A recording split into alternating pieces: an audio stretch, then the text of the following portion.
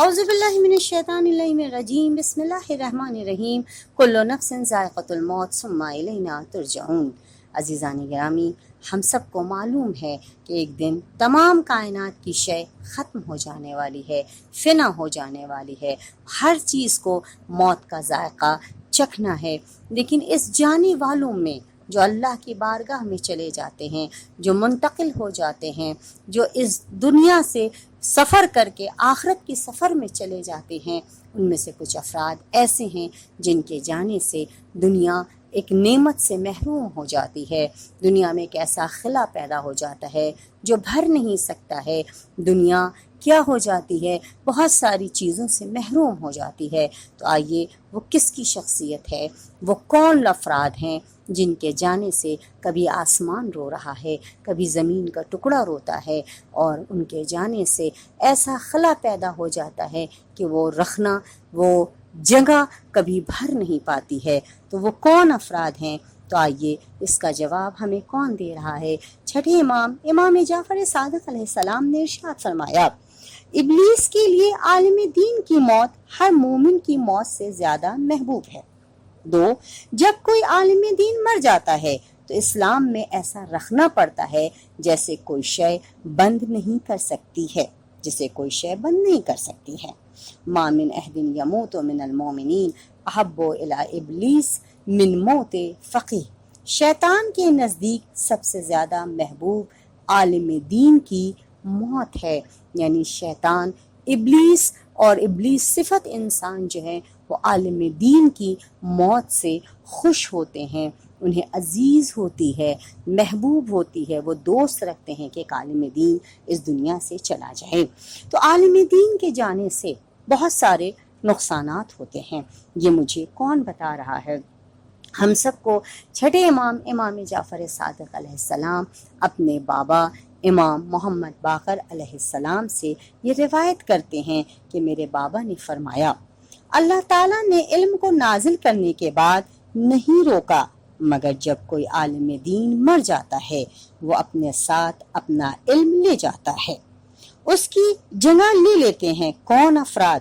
زن پرست، زن مرید، باطل نواز، جو خود گمراہ ہوتے ہیں اور دوسروں کو گمراہ کرتے ہیں، وہ ایسی باتیں کہتے ہیں جن کی اصل نہیں ہوتی ہے۔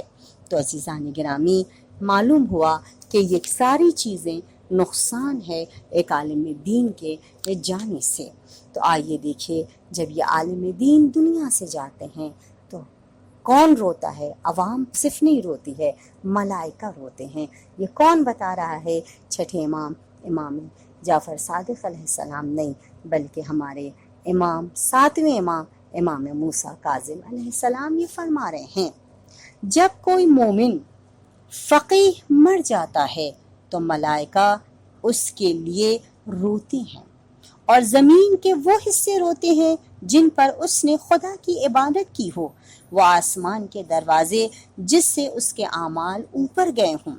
اس کے مرنے سے اسلام میں ایسا رکھنا پڑتا ہے جیسے کوئی شے بند نہیں کر سکتی، کیونکہ علماء دین اسلام کے اسی طرح کے قلعے ہیں جس طرح شہر پناہ والی دیواریں شہر کے گرد ہوتی ہیں۔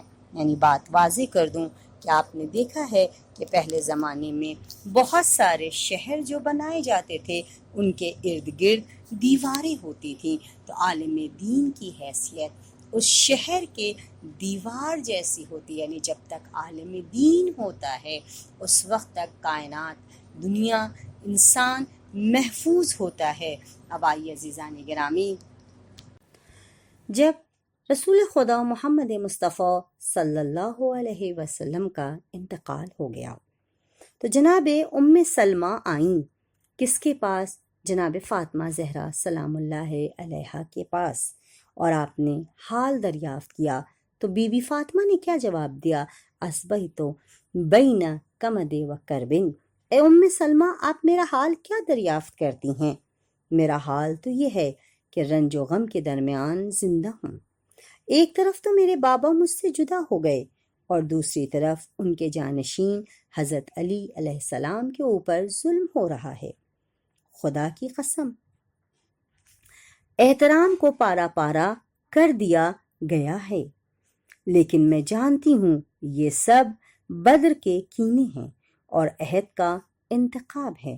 قلوب النفاق مکتمنہ، جو منافقوں کے دلوں میں چھپا ہوا تھا وہ ظاہر ہو گیا ہے۔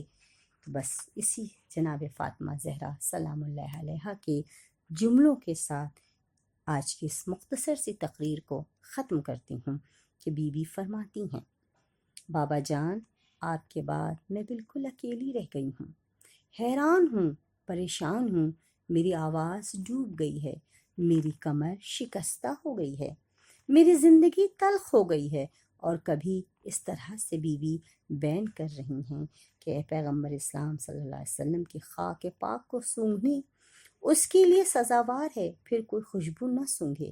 اے بابا جان آپ کے بعد مجھ پر اس قدر مصائب پڑے، اگر یہ روز روشن پر پڑتے تو وہ رات کی طرح تاریک ہو جاتے۔